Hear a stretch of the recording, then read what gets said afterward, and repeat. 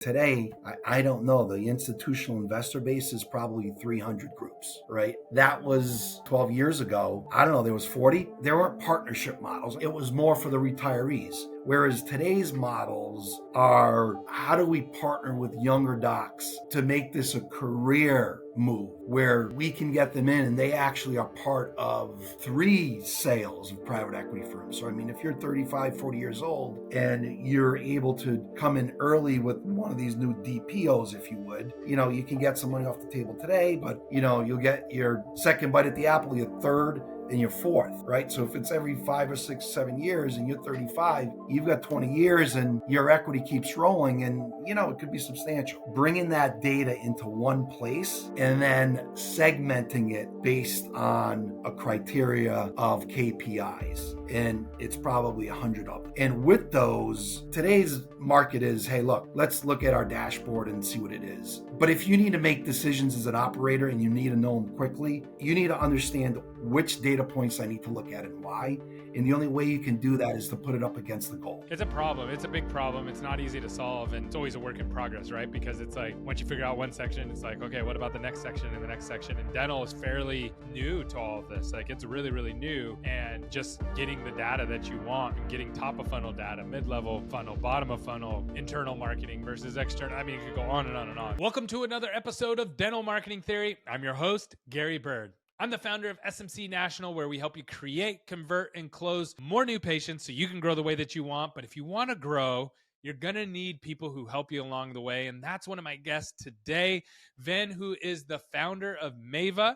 They're not only a firm that helps you consult and get you in the right direction for your practices to grow, but he's also working on building a dashboard to put all your KPIs and all of your software tracking all in one place, which is really, really cool. We just spent a long time talking about it, and you're not going to want to miss this episode. Vin was in the DSO industry before there was DSOs. So you're going to want to hear the wisdom that he has, and he's going to break down what happened in his journey, how the market has changed, and the direction that we're going for the future. Stay tuned. All right, Vin, so why don't you tell me how you got into the dental industry? I love when I met you at Amplified, the story that you shared and how you got into the dental industry was really, really cool. So I'd love for you to share that with our audience. Yeah, great. Thanks, Gary. Great to be here.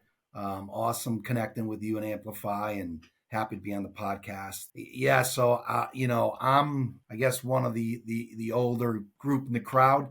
I've got into dentistry in the mid 90s. I graduated, got my MBA, and decided to open a dental practice with a dentist. And this was pre-DSOs. They were called dental practice management companies back then. And, we were pretty much one of the first ones in Massachusetts. Started with that, grew that to 6 locations. Thought it was over a 6-year period. In my 20s, I had 6 locations and with a doc, and thought we needed to go to the next step. Private equity really wasn't in dentistry that much back then. A lot of companies went public right away, and then private equity started coming around after the .com bubble. So I didn't know that. So a lot of practices back then were going public or trying to. Yeah, actually, a couple of them, went public with like 70 LOIs with no back office infrastructure. Ooh, I'm sure that didn't get them in any trouble. Yeah, it didn't work well.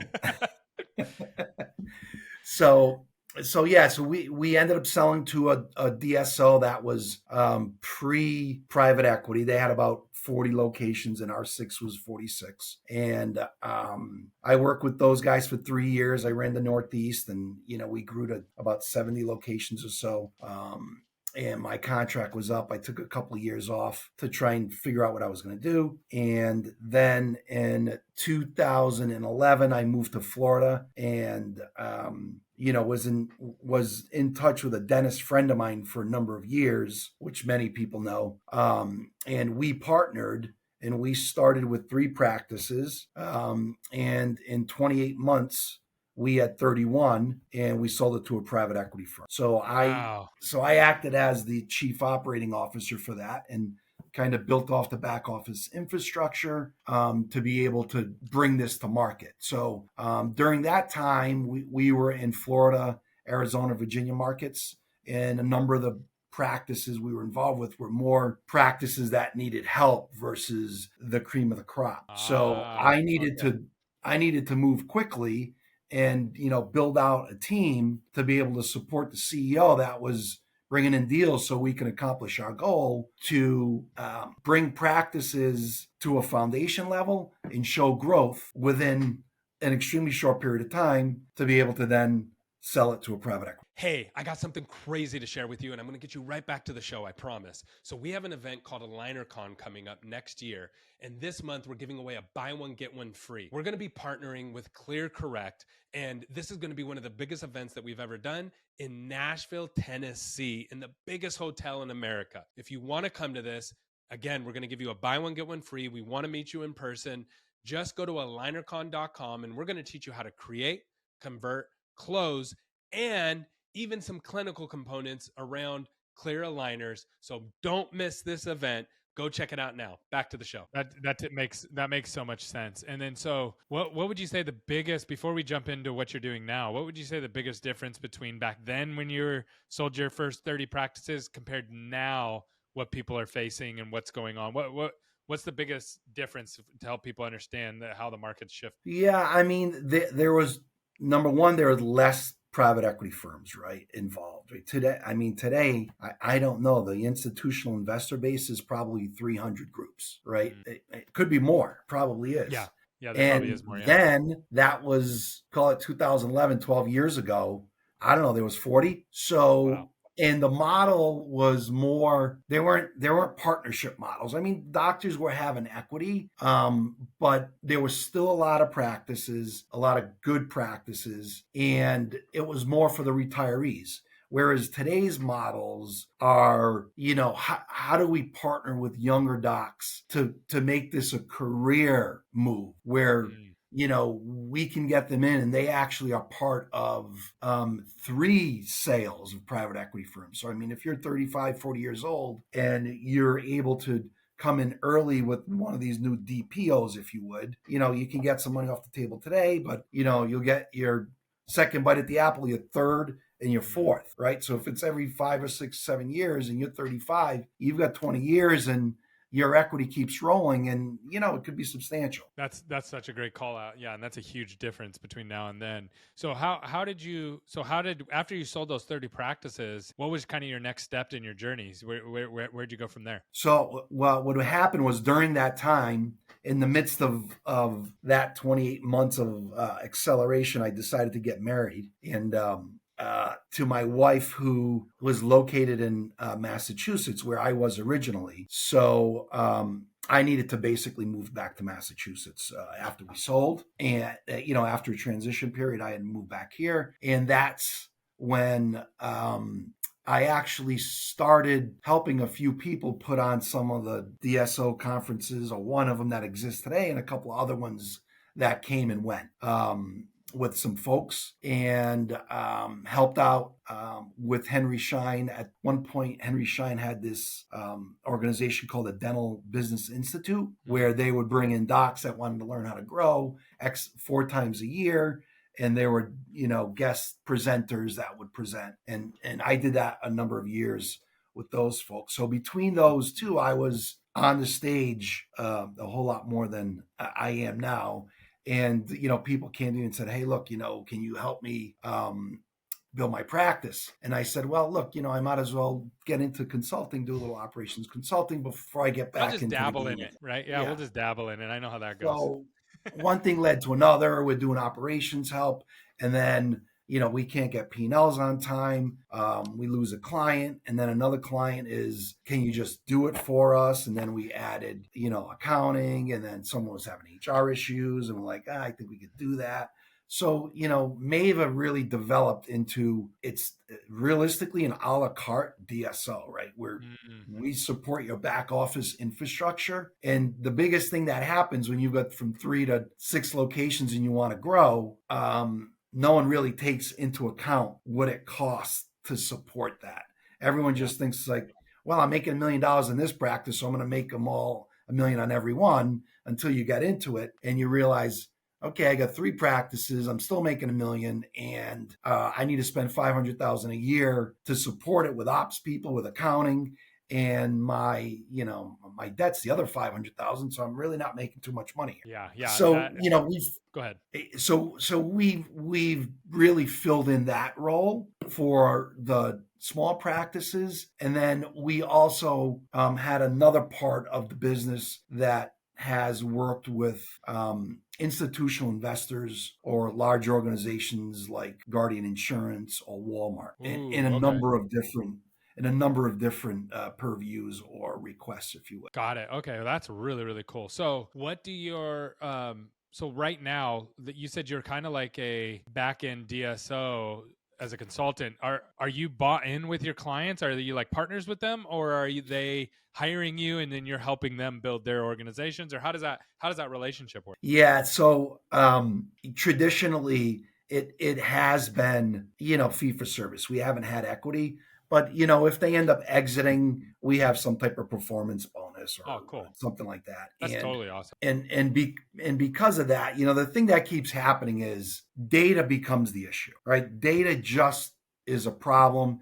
Data was a problem back when I started, and it's really what's evolving to where Maeva is moving. We want to be able to impact more clients than we can handle today. And the only way we can do that is if we had a lot of data in a certain way, and presented in a certain fashion. Yeah. And so we're launching what we call a practice performance system. Mm-hmm. Okay. If you look at your business and you're going to run your business in a dental business, you're not running that business on information from your practice management system only. That's what the market has today, right? So we're bringing in an all-encompassing data point where we're agnostic to some degree. Yeah. We're not building a new practice management system. We're not building a new accounting system. We're getting data from the practice management system, from your accounting system, from your HRIS system, from your VoIP system,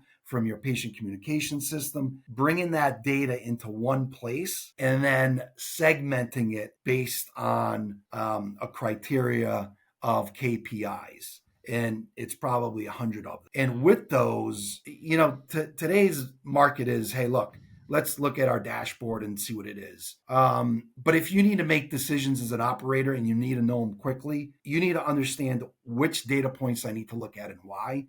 And the only way you can do that is to put it up against the goal. Yeah. Yep. And we just got it done having a conversation on, and we had 2 conversations actually, and both of them were revolved around data. One was, how do we get more data? And then one was around, we need to make sure to only work with these people and not work with these ones because we can't get data from them, but we can get data from them. From your perspective, what is holding up the dental industry when it comes to this data collection standpoint? Because obviously you're trying to build not just a consulting firm, but you're trying to build a solution to help your consulting firm, which is your dashboard. Why is that? Why isn't there already a dashboard out there like that? You know what I mean? Like what's going on? And you've been in dental for a while. So what's slowing down dental when it comes to this kind of stuff? Yeah. So I think that, look, the big guys got this, right? They've got data warehouses and data lakes. So what we're trying to do is we're trying to bring that same advantage to the small players.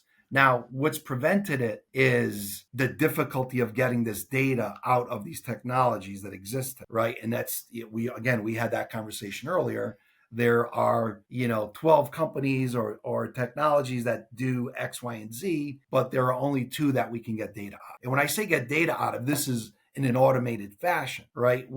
I can't tell you how many clients we work with. We have one now. They've got 2 full-time people just pulling manual data, putting it into Excel spreadsheet. Yeah. And so you've got old technologies that have been around forever on the PMS side. And now, what makes this even more difficult, the number of technologies that have come out to add on to the PMS has exploded over the past 5 years. Hey, sorry to interrupt the show, but this is a segment that I think is going to bring a lot of value to you and it's going to help you grow your practice. It's called Ask Gary, and people are emailing their questions in about their marketing to askgary@smcnational.com, or you can DM us or leave a comment below. We'll grab those. Here's the question for today from Jeff. How many months before opening would you start marketing for a de novo? And this is a really good question. It's kind of complex, right? Because there's certain things that you just can't do too early, and there's certain things that you just can't do fast enough. So let's just work through some of those. So obviously, like signage, anything on the front of the building, all that like in-person marketing that you're going to be doing right on the practice has to be done as soon as possible. You literally cannot do that fast enough, because the faster you get those signs up, the faster you get that external marketing up, the better. The next thing that you can start to do is, as you get closer to opening the practice, so we're talking 3 months, 4 months before, is you can start dropping like postcards and different kind of media like that, flyers to the surrounding businesses. But you have to think through how those people are going to reach out to you. So you got to have some kind of special phone line or direct them to another office that's going to answer the phones. So you can start to fill those opportunities as people want to sign up as a patient. Now for digital, you really can't start marketing it too soon, because people don't want to wait months and months to come into a dental office. So usually about a month before you open up, you really want to pepper with social and ads on Google and things like that, because now you can start signing people up and you can start driving in new customers. But again, if you go too far out or you try to do that too soon, you're going to lose a lot of money, because people are going to call, they're going to answer the phone, and you're going to try to put them 2 months out. People aren't going to want to do that. So that's today's. If you have a question, email us at askgary@smcnational.com. Back to the show. Yeah, and it's only going to get, it sounds like it's getting more and more complicated too, because it's not getting easy. You'd think it would get easier over time, but what I see happening is a lot of these softwares are trying to be all in one, and rather than work with all, those are two totally different things, right? So like as an example, Yep. an iPhone is an app. The iPhone works well because I have an app store that I go in and I can access all these different apps that work inside of my apps, my phone, and I can basically get whatever I want to work on my phone pretty well and pretty good. But if Apple said, and they actually tried this at the beginning, we're not going to work with anybody, we're only going to build our own apps, and it was horrible, because they couldn't be good at everything. They couldn't be good at making a phone and all the different applications. And that's what I kind of see happening now in dental. What are your thoughts on that? I think you're 100% right. I mean, everyone wants to own the user. The problem is, the problem is the user does not want to go into multiple systems. The guy or the gal that's sitting at the front desk, they have to be in the PMS system, but now there's this other technology that has the list of patients I need to call that I got to click on. And then there's this other technology that, I have to go into to set the text up. Yep. And so what's happening is there's more and more and more of these. And from an operator standpoint, if you're operating a group that is growing quickly and you're small, you're 3 to 30 locations, even 40 locations, but you're growing fast and you're on the operations team and you want to do a good job, you need to be getting data from all of these technologies. And it's impossible to do. And automatically, you've got to have someone log into, your texting to make sure that the texts happen, right? And every single one of these data points, right? If you check in call volumes, you got to get it, go into your VoIP system and dump it into some Excel spreadsheet. And so now you're paying someone to do that, that can actually build those sheets for you. And then you're paying people to go in and pull the data. So, I think if we can provide this, which we will in the next couple of months here, it will allow operators to be more successful. That's really cool. Yeah, it's a problem. It's a big problem. It's not easy to solve. And I think you're taking the step in the right direction. So that's exciting to see. And obviously it's always a work in progress, right? Because it's like, once you figure out one section, it's like, okay, what about the next section and the next section? And dental is fairly new to all of this. Like it's really, really new. And just getting the data that you want and getting top of funnel data, mid-level funnel, bottom of funnel, internal marketing versus external. I mean, it could go on and on and on. So that's really exciting. Who's your ideal customer that you can really help? Yeah, so it's really either a large single practice, which is a group practice, right? 3+ doctors, or an emerging group, which I'm not sure what the latest definition of it is, 2 to 20. Yeah. It changes every month. So let's say 2 to 20. But we also have And we will have a solution for the larger ones where they can, inevitably, what's going to happen is the way we serve up our data, someone's not going to like, and they've got a better view on it. So for the larger groups, we will get to a point where they can access the data lake and then serve it up however they want to look at it visually. But we think we might be able to get them over the hurdle and just use. That's awesome. If someone wants to connect with you directly and get not only your consulting, but the opportunity to work with you with your dashboard and pull in a lot of their information that they probably lack right now, what's the best way to get a hold of you? Yeah, I mean, email's great. Vin at Maeva Advisory, or you can hit the website, maevaadvisory.com, and just pop your information in there and get the ebook. The ebook is pretty good for, if you're smaller and you want to understand the hurdles you're going to be going through at stage 1, 2, and 3 based on the number of practices you had. It seemed to have been helpful. Awesome. Thanks so much for coming on, Vin. All right. I appreciate it. Cheers.